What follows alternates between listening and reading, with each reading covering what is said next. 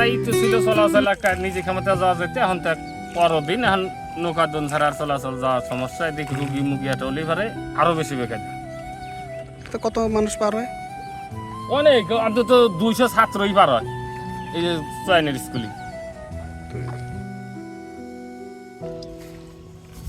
এই আমরা একটু ব্যাংকে যাব, এই যে এই নৌকার জন্য দাঁড়াই থাকা লাগে, এই কষ্টের আর শেষ নাই আমাদের।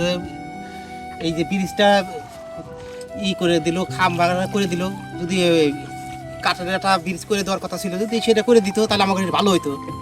এই যে ধরেন আমাদের এই যে এই পাশে যে ধরেন 2-3টে গ্রাম, মাধবপুর, পশ্চিম হারোয়া, এই যে অরিংবেড়িরও কিছু ফেসছে, এই 3টে গ্রামের ইন টোটাল ছাত্র ছাত্রী, এমনি আমরা যে কৃষক যেসব লোকজন আছি, আট বাজার বাজার সদাই টুকিটাকি আপদ বিপদে বেশিরভাগই এই বাসায় বীজতে চলাচল করি।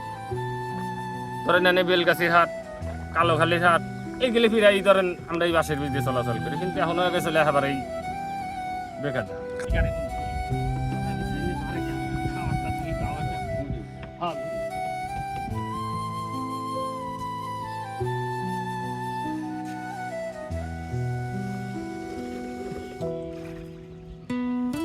ভাঙছে 1 সপ্তাহ 15 দিন হলো, এরকম ভাঙছে।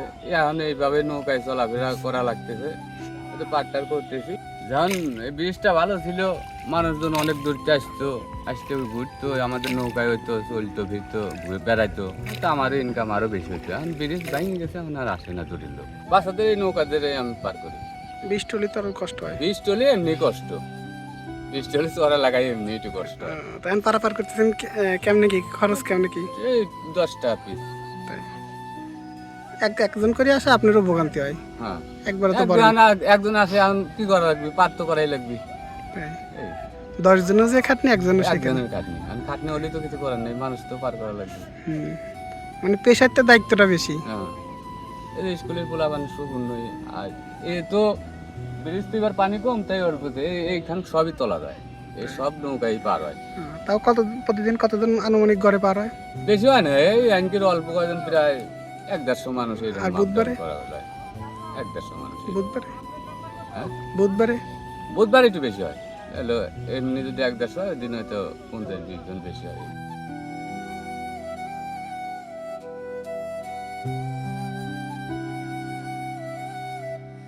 পরিশেষে একটা কথাই বলবো, কালোখালী উপজেলা প্রশাসনের কাছে, তারা যেহেতু এখানে এই রূপসা মুরারিখোলা অঞ্চলে পিলারটা করে দিয়েছে, নিচের কাজ তো হয়ে গেছে, উপরের কাজ, এই উপরের এই পাতাটন বা বাঁশের যাই হোক না কেন, মাছারের মতো, এটা যেন দ্রুত করে দেয়। করে দিলে তাও এই 2-3 গ্রামের মানুষজনের, বিশেষ করে অসুস্থ যারা রয়েছে এবং স্কুল কলেজে যে সকল শিক্ষার্থীরা যায়, তাদের জন্য হলেও কিছুটা লাঘব হবে। আর তার একটু 1 কিলোমিটার দূরেই রয়েছে হিরুমুলার ঘাট, যেইখান দিয়ে বেশি মানুষের যাতায়াত, অর্থাৎ ওই অঞ্চলে প্রায় 30,000 মানুষের যাতায়াত, সেটা নিয়েও আমরা তুলে ধরেছি। এখন এই 2টা ব্রিজ, হিরুমুলার ঘাটের ব্রিজটা খুবই গুরুত্বপূর্ণ, তার পাশাপাশি এখানে এই যে বাসের যে ব্রিজটা রয়েছে, এটা খুবই গুরুত্বপূর্ণ, কারণ কালোখালীতে ঘোরার এরকম জায়গা নাই, এইখানে প্রচুর দর্শনার্থীরা আসে। এই ব্রিজটা ভেঙে যাওয়াতে এই অঞ্চলের মানুষের যেরকম দুর্ভোগ হচ্ছে, ঠিক ছোটো ছোটো ডিঙ্গি নৌকা যারা রয়েছে এই মৌসুমে তারা কিছুটা অর্থ উপার্জন করে, তারাও কিন্তু সেটা থেকে বঞ্চিত হচ্ছে। কারণ মানুষজন ঘুরতে আসলে তখন দেখা যায় যে 100 টাকা, 200 টাকা বা 300 টাকা অনেক সময় বকশিশ দেয়, সেটার বিনিময়ে তাদের একটা জীবিকা নির্বাহ হয়। এখন যেটা হচ্ছে, তারা হয়তো 10 টাকার বিনিময়ে পার করতেছে, কিন্তু লোক আসতেছে একজন করে, হয়তো তারা সারাদিন 100 বা 150 বার মতো এখানে নৌকা পার হইতে হচ্ছে।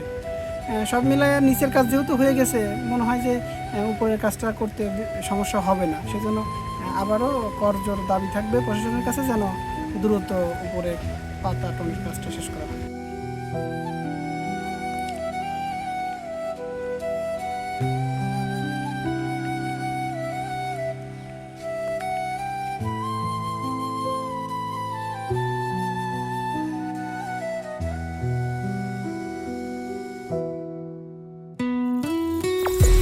কালুখালী টুডে, শিকড়ের টানে মাতৃভূমির প্রাণে।